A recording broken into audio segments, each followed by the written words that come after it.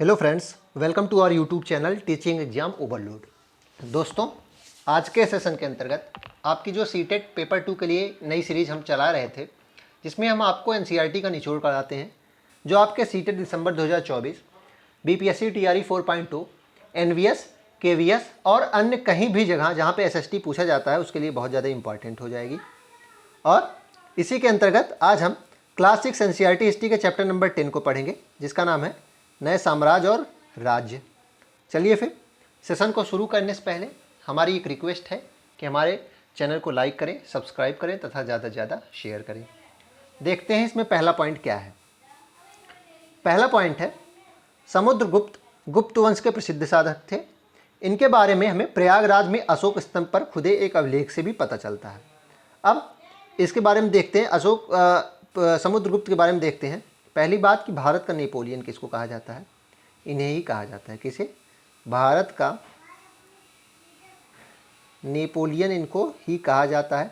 दूसरी चीज़, इसको कहा किसने था? विंसेंट स्मिथ ने कहा था। किसने कहा था? विंसेंट स्मिथ ने कहा था भारत का नेपोलियन।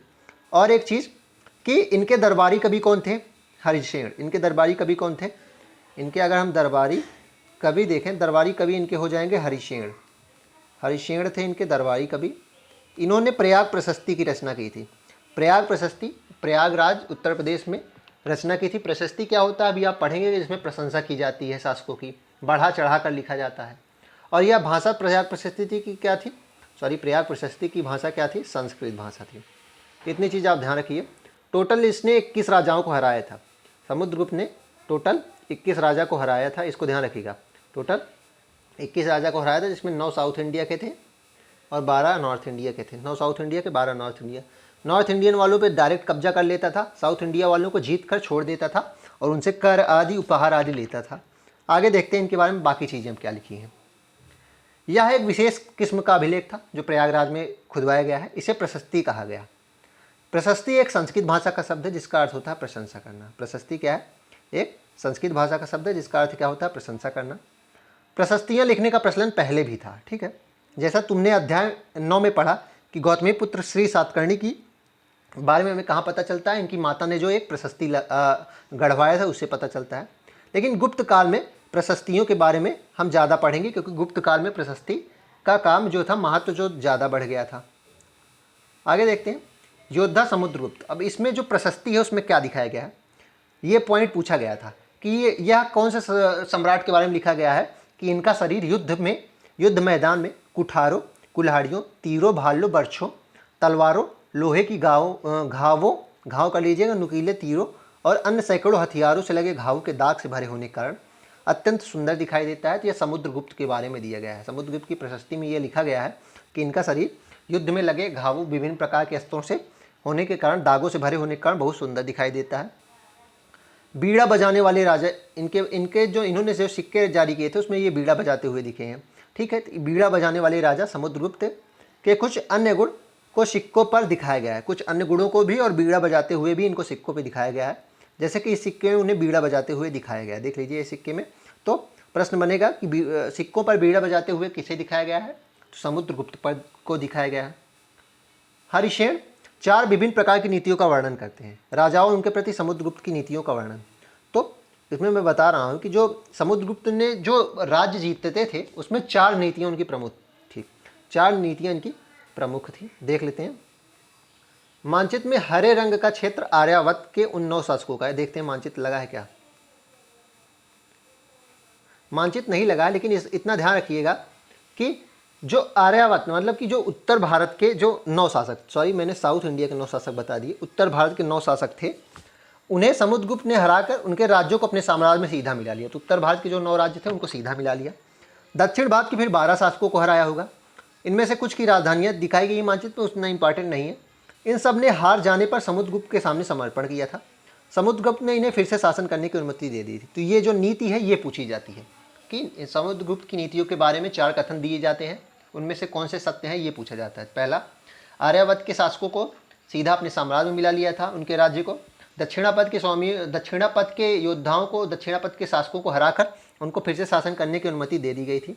तीसरा, पड़ोसी देशों को आंतरिक घेरा, या उसको छोड़िए, पड़ोसी देश इसमें असम, तटीय बंगाल, नेपाल और उत्तर पश्चिम के कई गढ़ या संघ आते हैं।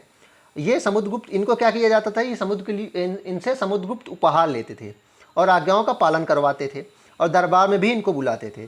तो जो पड़ोसी देश मतलब कि जो थोड़ा सा नॉर्थ ईस्ट वाले क्षेत्र थे, नेपाल था, उत्तर पश्चिम के भी कुछ क्षेत्र थे, इससे इनसे समुद्रगुप्त उपहार लिया करता था, आज्ञाओं का पालन करवाता था और दरबार में उपस्थित रहते को कहा जाता था। बाह्य इलाके में क्या होता था, जैसे कि कुषाण और शकु का शासन, जो उत्तर भारत मतलब कि जो हिंदुस्तान के बाहर में थोड़ा था, इनके इलाकों से बाहर था। इसमें श्रीलंका के भी शासक आ जाएं, क्योंकि भारत का क्षेत्र से मतलब बाहर जो था।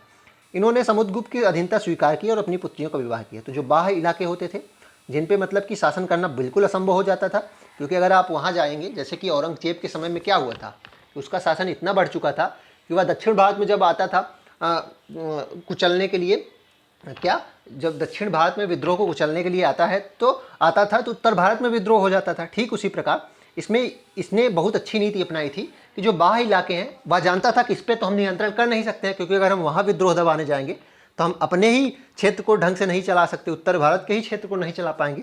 इसलिए वहाँ से क्या करता था, एक मैत्रीपूर्ण रिश्ता कायम करता था, जिसका सबसे अच्छा उदाहरण शादी विवाह उस समय होता था। विवाह कर लीजिए जिससे आपका मैत्रीपूर्ण रिश्ता बन जाए। ठीक इसी प्रकार जिस प्रकार अकबर ने राजपूतों से किया था, और राजपूत हमेशा अकबर के पूरे शासनकाल में उनके साथ ही हमेशा रहे ना। आगे देखते हैं,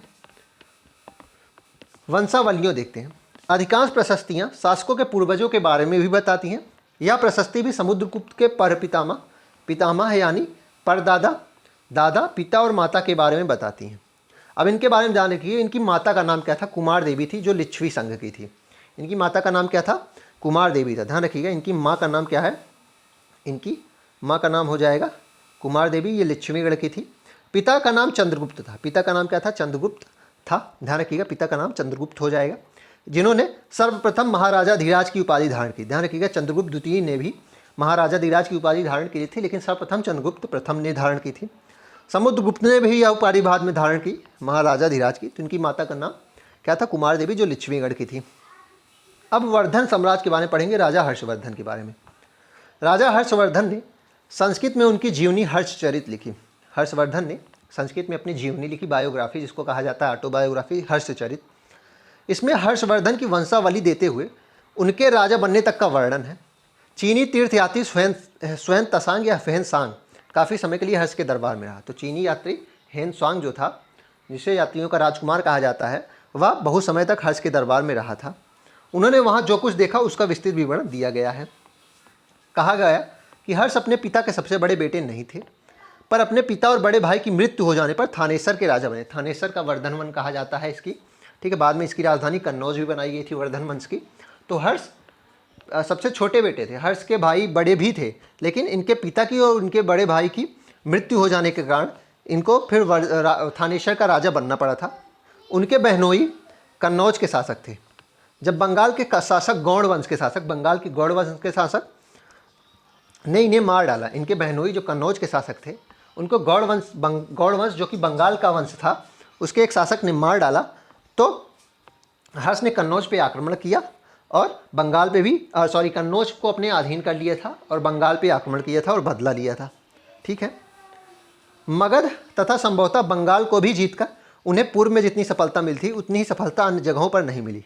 तो हर्ष जो उत्तर का क्षेत्र था और पूर्व भी जीत लिया था, लेकिन जब दक्षिण भारत की ओर गया तो वह नर्मदा नदी में हार गया था। नर्मदा नदी को पार नहीं कर पाया। जब नर्मदा नदी को पार करके दक्कन की ओर आगे बढ़ा था तो पुलकेशियन द्वितीय से हार गया था। पुलकेशियन द्वितीय से 618 ईस्वी में क्या हुआ था, नर्मदा नदी पे वह हार गया था। ध्यान रखिएगा, कौन, हर्षवर्धन। पल्लव, चालुक्य और पुलकेशियन द्वितीय की प्रशस्तियाँ देखते हैं। पल्लवों का राज्य उनकी राजधानी कांचीपुरम के आसपास के क्षेत्र में था, से लेकर कावेरी नदी के डेल्टा तक फैला था। तो पल्लवों का राज, ध्यान रखिएगा, कांचीपुरम से लेकर कावेरी नदी के डेल्टा तक। चालुक्यों का राज कृष्णा और तुंगभद्रा नदियों के बीच था। नोट कर लीजिएगा, बहुत इंपॉर्टेंट पॉइंट है। पल्लवों का राज कहाँ तक था, राजधानी कांचीपुरम के आसपास के क्षेत्र से लेकर कावेरी नदी के डेल्टा तक फैला था। अगला पॉइंट हो जाएगा चालुक्यों का राज कहाँ तक था, कृष्णा और तुंगभद्रा नदियों के बीच में था। कृष्णा और तुंगभद्रा को नदियों के बीच में, और इनकी राजधानी क्या हो जाएगी, ऐहोल हो जाएगी। ऐहोल एक प्रमुख व्यापारिक केंद्र भी था, जो बाद में धार्मिक केंद्र भी बन गया था, क्योंकि यहाँ बहुत सारे मंदिर बनाए गए थे और ये एक मंदिर नगर का उदाहरण हो जाता है। ठीक है, पल्लव और चालुक्यों का जो सीमाएं थी वो आपस में अतिक्रमण होती रहती थी, मतलब सीमाओं पे कब्जा बढ़ाने की प्रयास होता था कि ये मेरी सीमा में आएगा, ये क्षेत्र, ये प्रांत ये मेरे में आएगा। तो पल्लव और चालुक्यों के बीच में हमेशा चलता था। आगे देखते हैं। पुलकेशियन द्वितीय सबसे प्रसिद्ध चालुक्य राजा था। पुलकेशियन द्वितीय सबसे प्रसिद्ध चालुक्य राजा था, ध्यान रखिएगा। इनके बारे में हमें इनके दरबारी कवि रवि कीर्ति द्वारा रचित प्रशस्ति से पता चलता है। प्रशस्ति का नाम क्या है? प्रशस्ति का नाम हो जाएगा ऐहोल प्रशस्ति। ऐहोल प्रशस्ति की रचना किसने की थी? रवि कीर्ति ने की थी। पुलकेशियन द्वितीय के बारे में बताया गया है। और इसी प्रशस्ति में जो नर्मदा नदी पे इसने हर्ष को हराया था, पुलकेशियन द्वितीय ने हराया था हर्ष को, उसके बारे में भी इसका वर्णन मिलता है। पुलकेशियन द्वितीय को अपना राज्य किससे मिला था? अपने चाचा से मिला था। अपने चाचा से, चाचा का नाम शायद मंगलेश या ऐसे कुछ था, उन्हीं से मिला था। उतना इम्पोर्टेंट नहीं है, इसलिए उतना ध्यान नहीं है। रवि कीर्ति के अनुसार उन्होंने पूर्व तथा पश्चिम दोनों समुद्र तटीय इलाकों में अपने अभियान चलाए। इसके अतिरिक्त उन्होंने हर्ष को भी आगे बढ़ने से रोका। तो हर्ष को भी नर्मदा नदी जब पार कर लिया था तो उसको आगे बढ़ने से रोका था। इसके अतिरिक्त उन्होंने हर्ष का अर्थ है आनंद। तो इस अभिलेख में क्या लिखा गया है कि रवि कीर्ति ने कहा कि इस पराजय के बाद अब हर्ष नहीं रहा, मतलब कि हर्ष नामक जो राजा था वो अब हर्ष नहीं रहा, मतलब कि हर्ष नामक राजा अब खुश ही ना रहा। पुलकेशियन द्वितीय ने पल्लव राजा के ऊपर भी आक्रमण किया था। पुलकेशियन द्वितीय ने पल्लव राजा के ऊपर भी आक्रमण किया था, जिसे कांचीपुरम की दीवार के पीछे शरण लेनी पड़ी थी। ठीक है, अब देखते हैं यहाँ प्रशासन की इकाई क्या थी। प्रशासन की इकाई यहाँ गांव होती थी, लेकिन बाद में बदलाव भी कुछ हुए। राजाओं ने आर्थिक, सामाजिक, राजनीतिक और सैन्य शक्ति रखने वाले लोगों का समर्थन जुटाने के लिए कई कदम उठाए थे। जैसे कि राजाओं ने जो अपनी शक्ति थी उसको बढ़ाने के लिए कई कदम उठाए, उसमें से दिए गए हैं। पहला कदम क्या था कि कुछ महत्वपूर्ण प्रशासकीय पद क्या हो गए थे? आनुवंशिक हो गए थे। कुछ महत्वपूर्ण प्रशासकीय पद आनुवंशिक हो गए थे, यानी कि पिता के बाद बेटे को वो पद मिलेगा। जैसे कि हरिशेन अपने पिता की तरह महादंडनायक, जैसे मतलब कि हरिशेन के पिता भी महादंडनायक थे, जिसका अर्थ होता है मुख्य न्याय अधिकारी। हरिशेन के पिता भी मुख्य महादंडनायक थे, जिसका अर्थ होता है मुख्य न्यायिक अधिकारी, और हरिशेन भी थे, यानी कि कुछ पद अब आनुवंशिक हो गए थे। और कभी कभी एक ही पद पे कई लोग कार्य भी करते थे। जैसे कि हरिशेन एक महादंडनायक तो थे ही, साथ में क्या थे? कुमारामात्य भी थे। कुमारामात्य का अर्थ क्या होता था? महत्वपूर्ण मंत्री। तथा वो एक संधि विग्राहक भी थे। संधि विग्राहक का अर्थ क्या होता है कि संधि से ही आपको याद आ रहा है, मत पता चल जाएगा, शांति विषयों के भी मंत्री थे। तो दो बदलाव हुए थे शक्ति बढ़ाने के लिए साउथ में। पहला कि कुछ पद आनुवंशिक हो गए थे, इतना याद रखना है। जैसे कि हरिशेन अपने पिता की तरह महादंडनायक थे। महादंडनायक का अर्थ याद करना है, मुख्य न्यायिक अधिकारी, प्रश्न बनेगा। दूसरा कि हरिशेन कुछ पद क्या हुए थे? एक ही पद पे कई व्यक्ति, इंपॉर्टेंट व्यक्ति एक ही व्यक्ति कई पदों पर भी आ सकता था। जैसे कि हरिशेन महादंडनायक यानी कि मुख्य न्यायिक अधिकारी भी था, कुमारामात्य भी था, मतलब कि एक महत्वपूर्ण मंत्री, संधि विग्राहिक भी था, यानी कि युद्ध और शांति का मंत्री भी था। इसको ध्यान रखिएगा। संभवतः वहाँ के स्थानीय प्रशासन में प्रमुख व्यक्तियों का बहुत बोलबाला था। इनमें नगर श्रेष्ठी यानी मुख्य बैंकर या शहर का व्यापारी, शार्थवाह यानी व्यापारियों के काफिले का नेता, प्रथम कुलीक अर्थात मुख्य शिल्पकार, तथा कायस्थ यानी लिपकों के प्रधान जैसे लोग थे। तो वहाँ के जो स्थानीय प्रशासन में था उसमें भी कुछ प्रमुख व्यक्ति होते थे। जैसे कि नगर श्रेष्ठी। नगर श्रेष्ठी का अर्थ क्या होता था? मुख्य बैंकर या मुख्य बैंकर। नगर श्रेष्ठी का अर्थ क्या था? मतलब कि जो पैसे आदि बांटता था, पैसे आदि लोन देते थे, उसका काम होता था नगर श्रेष्ठी का। दूसरा सार्थवाह कौन होता था? व्यापारियों के काफिले का नेता। व्यापारियों के काफिले का नेता कौन होता था? सार्थवाह होता था, नोट कर लीजिएगा। तीसरा देखते हैं प्रथम कुलीक। प्रथम कुलीक का अर्थ क्या है? प्रथम कुलीक का अर्थ है मुख्य शिल्पकार। और कायस्थ का अर्थ क्या हो जाएगा? कायस्थ भी अब देख लेते हैं। कायस्थ का अर्थ हो जाएगा लिपिकों का प्रधान। लिपिकों का प्रधान हो जाएगा, ध्यान रखिएगा, लिपिकों का प्रधान हो जाएगा। तो साउथ इंडिया में कुछ प्रमुख व्यक्तियों का भी बोलबाला था स्थानीय समाज में। जैसे कि नगर श्रेष्ठी जो मुख्य बैंकर या शहर का व्यापारी होता था, सार्थवाह व्यापारियों के काफिले का नेता होता था, प्रथम कुलीक यानी कि मुख्य शिल्पकार, तथा कायस्थ यानी लिपिकों का प्रधान। आगे देखते हैं। पल्लवों के अभिलेख में कई स्थानीय सभाओं की चर्चा है। पल्लवों के अभिलेख में कई स्थानीय सभाओं की चर्चा है। इनमें से एक था ब्राह्मण भूस्वामियों का संगठन, जिसे सभा कहा जाता था। तो ब्राह्मण भूस्वामियों के संगठन को क्या कहा जाता था? सभा। ये पॉइंट नोट कर लीजिएगा कि ब्राह्मण भूस्वामियों के संगठन को क्या कहा जाता था? सभा कहा जाता था। इसको नोट कर लीजिएगा। ये सभाएं उप समितियों के जरिए सिंचाई, खेतीबाड़ी से जुड़े विभिन्न काम भी, सड़क निर्माण, स्थानीय मंदिर की देखरेख आदि का काम करती थी। जिन इलाके के भूस्वामी ब्राह्मण नहीं थे वहाँ यहाँ उर कर लीजिएगा, क्या हो जाएगा, यहाँ उर नामक सभा थी, इसको नोट कर लीजिएगा। तो जहाँ ब्राह्मण होते थे वहाँ सभा न कहा जाता था, लेकिन जहाँ ब्राह्मण नहीं होते थे वहाँ की जो ग्रुप था उसको क्या कहा जाता था, उर कहा जाता था। नोट कर लीजिएगा, थोड़ा सा डर लिखा है, ये उर हो जाएगा, इसको उर कर लीजिए। उर नामक सभा थी। नगरम क्या था, बहुत इंपॉर्टेंट है, व्यापारियों के संगठन को नगरम कहा जाता था। तो 3 संगठन के बारे में आपको पता चला। जो ब्राह्मण भूस्वामियों के संगठन को क्या कहा जाता था, सभा कहा जाता था। ठीक है, जहाँ ब्राह्मण नहीं होते थे वहाँ की ग्रुप को या संगठन को क्या कहा जाता था, उर कहा जाता था। और नगरम क्या था, व्यापारियों का संगठन होता था। कालिदास के बारे में देखते हैं। कालिदास अपने नाटक में राज दरबार के जीवन के चित्रण के लिए प्रसिद्ध थे, राज दरबार का बहुत चित्रण करते थे। इन नाटकों में एक रोचक बात यह है कि राजा और अधिकांश ब्राह्मणों को संस्कृत बोलते हुए दिखाया गया। तो इनके नाटकों में हमेशा राजाओं और आम लोगों को संस्कृत में, राजाओं और अधिकांश ब्राह्मणों को, आम को नहीं, आम लोग कौन सी भाषा बोलते थे, स्थानीय भाषा बोलते थे या प्राकृत भाषा बोलते थे। इनका सबसे प्रसिद्ध नाटक अभिज्ञान शाकुंतलम। अभिज्ञान शाकुंतलम दुष्यंत नामक एक राजा और शकुंतला नाम की एक युवती की प्रेम कहानी है। तो इनका सबसे प्रसिद्ध नाटक कालिदास का क्या है, अभिज्ञान शाकुंतलम। इसमें दुष्यंत और शकुंतला के प्रेम की कहानी बताई जाती है। इस नाटक में एक गरीब मछुआरे के साथ राज कर्मचारियों के दुर्व्यवहार की बात की गई है। ठीक है, इसमें ये राज दरबार के दुर्व्यवहारों के बारे में भी बताते थे। आगे देखते हैं।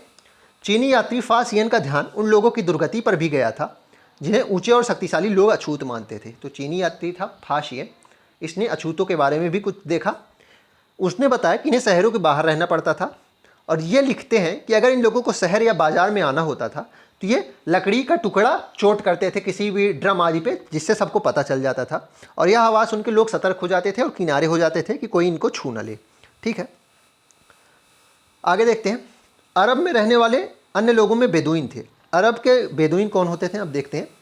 ये घुमक्कड़ कबीले के होते थे। ये कौन होते थे, घुमक्कड़ कबीले के होते थे, और मुख्य रूप से किस पे आश्रित होते थे, ऊँटों पर आश्रित होते थे, क्योंकि यह एक ऐसा मजबूत जानवर होता था जो मरुभूमि में भी स्वस्थ रहता था। अब ऊँटों पे क्यों आश्रित होते थे, क्योंकि यह मरुस्थल में भी स्वस्थ रहने की क्षमता ऊँटों के पास ही थी।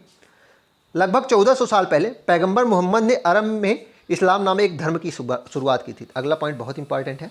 लगभग 1400 साल पहले पैगंबर मोहम्मद ने अरब में इस्लाम नामक एक धर्म की शुरुआत की। ईसाई धर्म की तरह इस्लाम ने भी अल्लाह को सर्वोपरि माना। तो ईसाई धर्म में जैसे कि उनके जीसस सर्वोपरि थे, वैसे ही हर धर्म में होता है, वैसे इसमें भी था। इसमें एक चीज़ ध्यान रखना, अरब के जो कबीले का नाम क्या, अरब की जनजाति बेदुइन थी, घुमक्कड़ कबीले के लोग होते थे, ऊँटों पे आश्रित होते थे। 1400 साल पहले मोहम्मद शाह ने अरबों में इस्लाम धर्म की शुरुआत की थी। अब कुछ महत्वपूर्ण तिथियाँ। गुप्त वंश की शुरुआत 1700 साल पहले। हर्षवर्धन का शासन 1400 साल पहले। हर्षवर्धन की राजधानी थानेसर थी, बाद में कन्नौज बन गई। बस इसी के साथ चैप्टर समाप्त भी होता है। आशा करता हूँ कि आपको यह क्लास पसंद आई होगी। क्लास थोड़ा सा अन्य जो चैप्टर्स थे उससे थोड़ा सा डिस्क्रिप्टिव थी, और इसमें पॉइंट्स ज़्यादा थे। इसमें क्या था, पॉइंट्स ज़्यादा थे, क्योंकि ये थोड़ा सा टफ चैप्टर भी था, ध्यान रखिएगा। ठीक है, अब इसके बाद आपको स्ट्रेटजी मैं ये भी बता देता हूँ कि 6 to 8 जल्द ही हिस्ट्री ख़त्म होगी। उसके बाद हम क्या करेंगे, हम 2 दिन में क्या करेंगे, 6 to 8 के जितने भी PYQ आए हैं उसको सॉल्व भी करेंगे। उसके बाद उसके जितने भी PYQ सॉल्व हैं उसको सॉल्व करेंगे। फिर हम ऐसे ही ज्योग्राफी को कर लेंगे। पॉलिटी को हम एक ही दिन में ख़त्म कर देंगे, 6 to 8 पूरा, और पॉलिटी का हम फिर अगले 2 दिन में उसको भी कर देंगे। मतलब पॉलिटी 3 दिन में ही समाप्त हो जाएगी, PYQ प्लस थ्योरी। और अब ये 6 to 8 ख़त्म होने में टाइम है। 6 तो ख़त्म हो गया, लगभग एक आध चैप्टर है, 7 8 में कम चैप्टर है, 7 में भी है, तो ऐसे ही हो जाएगा। ठीक है, और समय रहते आपका सिलेबस PYQ सब खत्म कर देंगे हम लोग। चलिए फिर इसी के साथ समाप्त करते हैं। धन्यवाद।